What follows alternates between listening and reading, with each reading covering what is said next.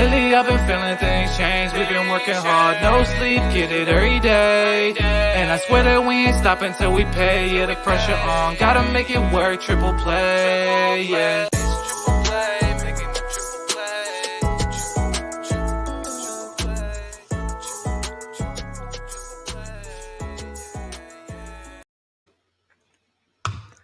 This is the Triple Play Fantasy Basketball Show. I'm your host, Coach James Lewis.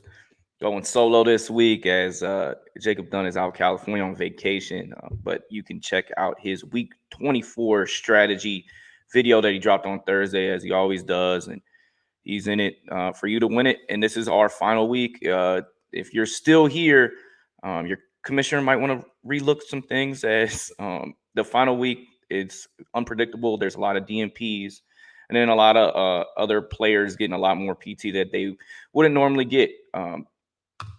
But with that said, these are the teams that play 4 games, and that's half a league. 16 teams play 4. This graphic courtesy of Jacob. But you see some of the teams that might have a little bit of advantage. You really want to watch the teams that go back-to-back, especially picking up Saturday and Sunday players. You see the Grizzlies. You see the Warriors. Of course, playoff indications might slant this. Sacramento is one that I'm looking at because I could see, Donte DiVencenzo contributing for you. There's no games on Monday, so look for your Tuesday, Wednesday back-to-backs. That include the Hawks, the Nets, the Bulls, the Thunder, the Thunder will be kind of the center of today's podcast, as people are going crazy. Some people that you've never heard of. So I'm going to try to shine a light on some of those guys for you to make those pickups. And then, again, focusing on those back-to-backs. Utilize every single pickup. Stay active. This is winning season, even if you're battling for third place, which I know in some leagues has payout as well, including myself. Top waivers. Is Killian Hayes finally arrived and here fantasy-wise? The second-year lotto pick out of Detroit is 31% rostered. And in the last week, he gave you 14 points, 4.5 rebounds, almost 4 dimes, shooting 50% from the floor. 3.3 steals against OKC, which is everybody's favorite opponent to play. He had 26 points, 7 rebounds, 8 assists, 2 threes, and 5 freaking steals. That could have won you a category. So shout out Killian Hayes and in his production recently. I mentioned him a little bit before, but Donte DiVencenzo flirted with a triple-double. He had 19 points, 9 rebounds, 9 assists, 3 3-pointers, and 5 stocks with just a full outline against, Houston. So check that out too. If teams are playing Houston, OKC, Orlando, Portland, that really gives you a benefit. In the last week, Donte, who is 20% roster, gave you 13 points, 7 rebounds, 5 assists, 3 3-pointers, 2.7 steals, 1 block. 80% of the world, take a look at White Donte, because the former Villanova Wildcat is going crazy. Streamers, pickups, free agents. I don't even know how to categorize all this, but second-year player tail. Maledon is benefiting off of heavy minutes, and he's contributing all across the board. This is probably the top fantasy pickup of the week out of Oklahoma City. 36% rostered. In the last week, he averaged 23 points, 7 boards, 6 dimes, 3 threes, and nearly a steal in block. So against Detroit, he had 28 points, 6 boards, 6 assists, 3 threes, 3 stocks. He's filling it up across the board and shooting 47%. He is a must rostered player. Isaiah Roby as well. He's 50% roster, so you can't find him as many leagues, but 20 points, 9 boards, 3 assists, shooting nearly 60% from the field in the last week, giving you a 3, a block, almost a steal.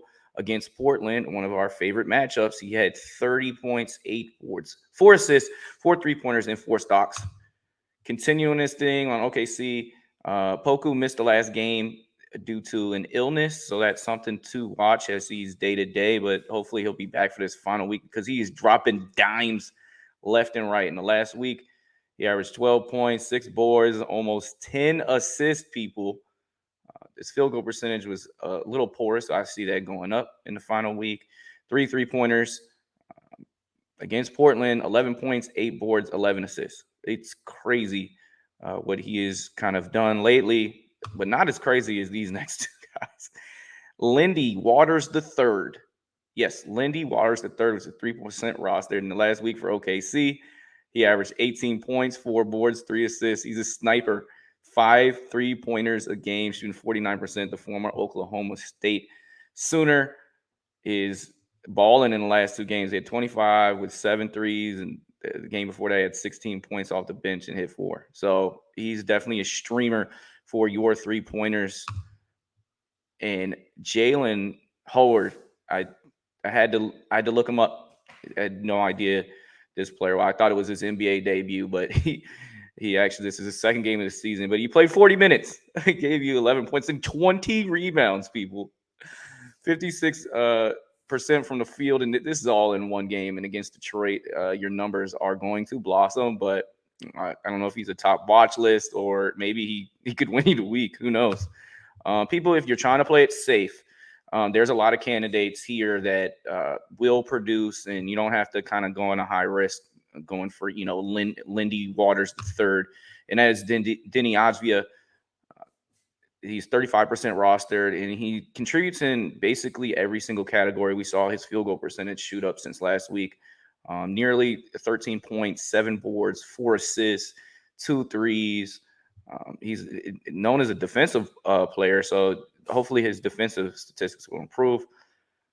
He's a safe pick. His teammate Roby is starting to score the ball. He had season highs of 21 points 2 times last week. Both players have back-to-back on Tuesday, Wednesday. If you could maybe pick them up on a Sunday. Again, no one plays on Monday, and maybe drop both of them after that. But Rui, if you're looking for points, he's going to kind of contribute more. Deni does a little bit of everything. Melton and Tyus Jones, D'Anthony Melton, 49% rostered, 18 points, 5 boards, 2 dimes, hitting 4 threes. On the season, his defensive stats, he's giving you 2 stocks. He's a safe pick to me. Tyus Jones. Now they all sat. That's going to be something to monitor this week based on standing implications. But when Tyus Jones does play, he gives you dimes, steals. He's hitting threes. Against Sacramento this week, he had 25 points, 5 boards, 6 assists, 5 3-pointers, 2 steals. That's filling it up across the board. Safe pick, Luke Kennard, 22% rostered. He's hitting 3 threes in the last week. So when he starts rolling with his shot, it bodes well. Of course, Paul George is back, but I still think that he is a low and safe guy. Against Milwaukee, last time we saw him, he had 23 points, 4 boards, 6 assists, 3 threes. Trey Lyles is kind of consistent almost over the last month. 25% rostered in the last week. He's giving you 16 points, 5 boards, 2 assists, 1.3 threes, field goal percentage at 42. Hopefully that increases against Houston, everyone's favorite matchup, of course. 24 points, 7 boards, 3 dimes, 4 3-pointers, and 2 stocks. Goga as well. Now you do want to look that Isaiah Jackson. Ijax is back on the roster, and he played 1 game.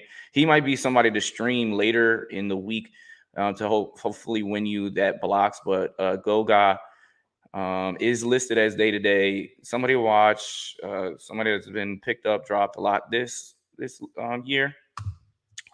Criminally under-rostered players include Emmanuel Quickley. Now, we usually put 50% in less roster, but he's at 51. So let's let him live. Emmanuel Quickley is getting some bump for the New York Knickerbockers, giving you 15 points, 4 boards, 4.5 assists, 2.3 threes. Against Cleveland, he had 17 points, 7 boards, 7 assists, 3 threes, 2 steals.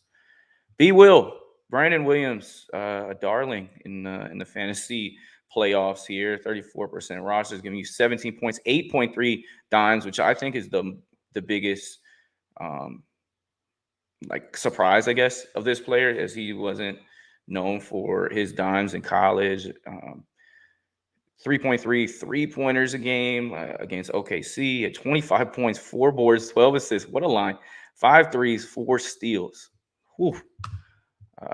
Kris Dunn, 13% roster, but I put him here to kind of stream for steals if you need it. He's had at least one in the last 6 games, and he'll give you some dimes. So later down in the week, if assists and steals are something that you need, you might want to click the pickup button for him down the stretch. Let's watch our next couple players, including second-year man Patrick Williams missed nearly all the season. He's back in the last 2 games after it looked a little rough.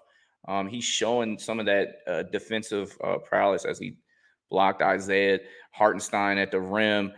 11 points, 9 boards in the last 2 games, 3 stocks. So it's encouraging to see a player of his caliber hopefully contribute to a Chicago team that seems to not be able to beat anybody good, which has us worried in the playoffs on how they'll do. Onyeka Okongwu of the Atlanta Hawks, 20% rostered. He has a back-to-back Tuesday and Wednesday. He had 12 boards against Cleveland, 17 points, and you know he's going to kill it in field goal percentage, a block, a steal. So he's somebody that almost contributes across the board outside of 3-pointers. Now, this guy who does contribute in 3-pointers, that's Devin Vassell, 39% rostered. I think this guy is kind of a safe pick down the stretch, and as well as his teammate Josh Richardson, I'm going to feature next. 17 points, 4 rebounds, 2 assists, 52% from the field, 2.3 3-pointers against Portland at 22 points, 4 rebounds, 3 assists, and 4 threes. Josh Richardson, as just mentioned, his teammate over there in San Antonio. So he was part of that Derek White trade.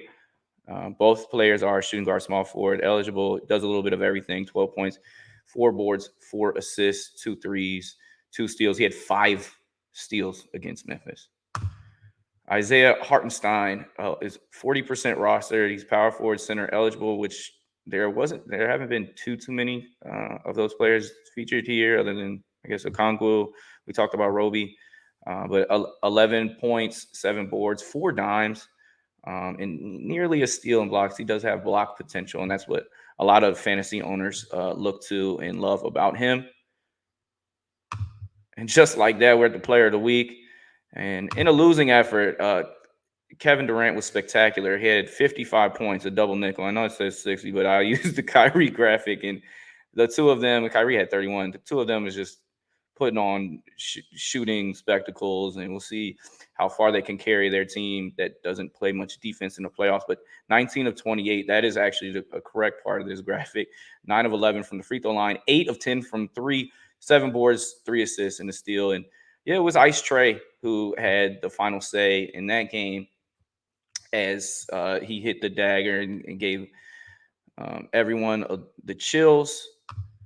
And just like that, solo performance, we are giving you a short show here, but hopefully what we showed you earlier is going to help you win this week. Good luck to everyone. Hopefully some of these second-year players can be on your radar. Remember, the teams that play 4 games are listed here. No one plays on Monday. So it's kind of a Tuesday through Sunday battle with, Thursday, Friday having back-to-back implications as well. If you're looking for Donte DiVencenzo down the stretch, and maybe you go with one of those Oklahoma City Thunder players at the beginning of the week, maybe even use a Sunday ad if you're on the way to the finish line this week. Shout out Odds Jam for what they do, our sponsor here at Triple Play Fantasy. Shout out everybody in the Triple Play Fantasy team that's helping us roll on. Shout out Brady, D. Mendy, E. Mendy, Art, Johnny. Appreciate you and good luck this next week. And hopefully you're raising a banner. Give me a like, subscribe, comment. If you like our content, we'll be back again next season doing the same things. We've got some off-season things rolling. The return of a Coach's Corner, Kevin and myself, we're going to do a mock draft coming this week.